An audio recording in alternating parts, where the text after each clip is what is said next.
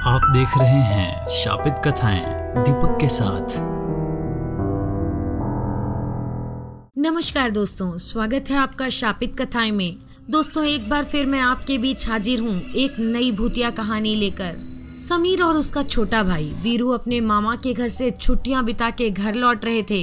घर जल्दी पहुंचे, इस वजह से समीर ने जंगल वाले शॉर्टकट से जाने का निर्णय लिया।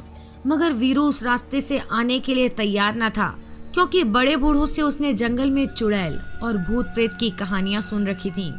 वो बोला, भैया मैं जंगल के रास्ते नहीं आऊंगा क्योंकि वहाँ चुड़ैल का साया है।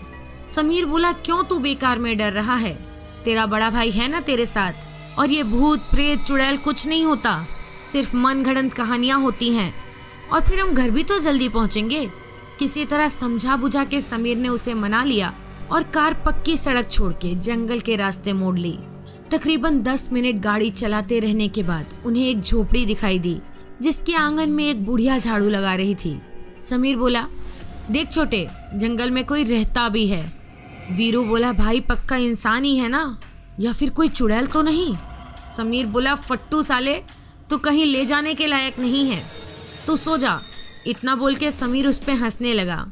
आगे चलकर थोड़ी देर बाद फिर उन्हें वही झोपड़ी दिखाई दी और वही बुढ़िया आंगन में बैठी थी।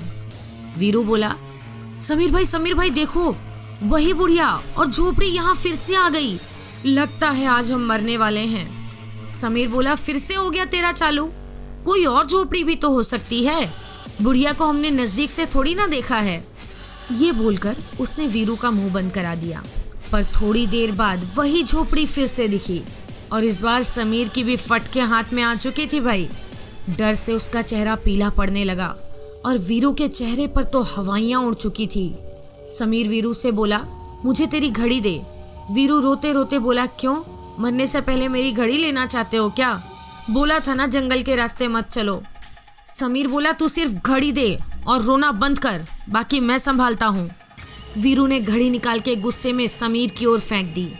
समीर ने घड़ी में टाइम देखा, शाम के 5 बज चुके थे। उसने वो घड़ी कार से उस झोपड़ी के नजदीक रास्ते में एक जगह ही गिरा दी और गाड़ी तेजी से भगाई।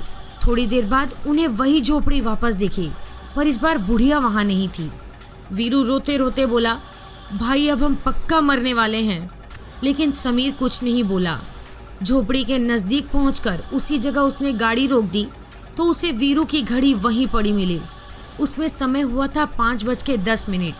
समीर समझ गया था कि वो किसी छलावे के फंदे में फंस गए हैं। उसने वीरू को घड़ी दी, उसने रोते रोते वो पहन ली। समीर ने उससे कहा कि तू गाड़ी में ही रुक, मैं उस भूतनी से मिलकर आता हूँ, और झोपड़ी की ओर चल दिया।